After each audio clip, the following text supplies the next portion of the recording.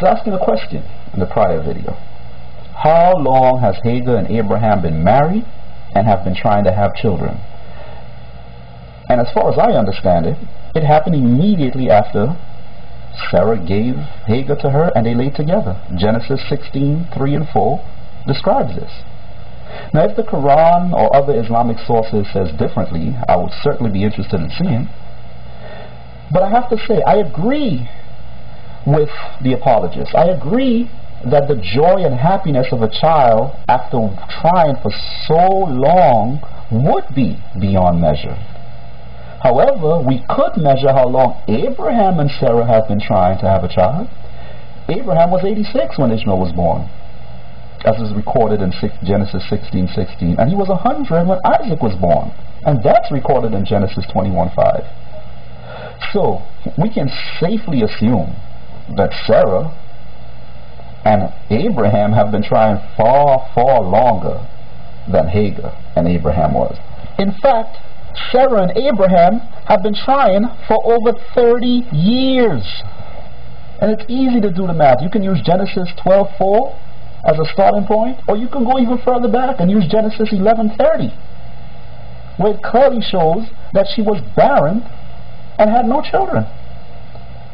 You can see even then everyone knew that Sarah was barren and had no children, and surely no one can deny the birth of Isaac.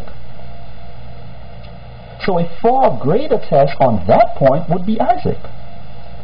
Now, if we continue using the same basic logic, I have a series of simple questions that, if you answer it honestly, could only lead to the truth. Here we go. If you love God and your wife, and God gave to you and your wife a long-awaited miracle gift, how much would you cherish it?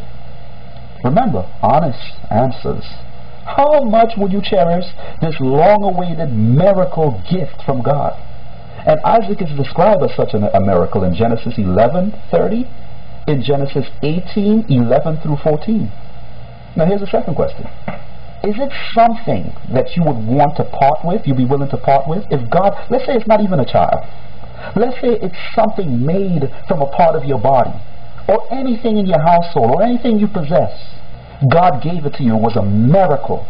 That would be one of your most prized possessions. No one could purchase. I can't imagine anybody could pay me. There's not enough money in the world. I would hold on to that like dear life. And he gave it not only to Abraham, he gave it to Sarah. So equally, she would not be willing to part with that. Abraham taking it away from her would hurt her dearly. As a matter of fact, in some of the hadiths, they describe Sarah's death. Sarah died, according to some of the hadith, is because she was so sorrowful, so full of grief, because she knew that God's intention was to sacrifice that beautiful gift, that son that she's long awaited, miracle that she loved, and she couldn't live with it. She died 3 days after the knowledge that his intention was to sacrifice the son. So I know what my answer would be to that. I know what Sarah's answer would be, and I sure believe I know what Abraham's answer would be. You would not be willing to part with such a miracle that God has given you. But here's a more important question, more profound question. Would God know how much you treasured this gift that he gave you? Or even better, how much you will treasure it, since he knows he's going to give it to you? Would he know how much you will treasure such a gift? He is, remember now, he's all-knowing, all-seeing. He knows he's going to give you this gift. Would he know also how much you would treasure such a gift over any other gift? Or over any other one of your possessions? I think the all-knowing, all-seeing God would. But that's just me. Let's continue. Another question.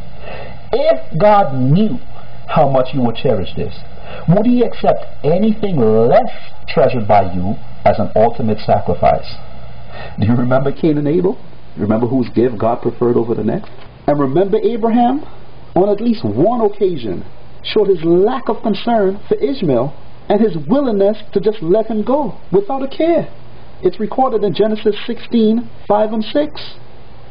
Now God finding Hagar and the unborn Ishmael out in the wilderness, he gave some blessings to the unborn Ishmael, and then he sent Hagar right back to subjugate herself to Sarah, back in the role of slave/servant, to do whatever Sarah asked. Now there was no fanfare whatsoever for the birth or weaning of Ishmael. But Isaac, on the other hand, on the day of his weaning, Abraham held a great feast. It's recorded in Genesis 21:8. You could just imagine the size of such a feast in the honor of Isaac. It is no wonder Ishmael is caught abusing his little brother, as is recorded in Genesis 21:9 through 21. At which point Sarah asked again, once again, that they be tossed out. This time, however, Abraham is distressed. Of course he's distressed. Ishmael is older, and he knows him now. But that doesn't stop him from listening to God when he told him to do exactly what Sarah asked. And what did Sarah ask? Toss them out into the wilderness. And he sent them. He tossed them out into the wilderness with just bread and water. In fact, if it wasn't for God, they would both surely be dead. And ironically enough, we find him doing the exact same thing in the Hadith. He's doing the same exact thing. And we'll pick it up again in part 3. Look for part 3. Gets even more interesting.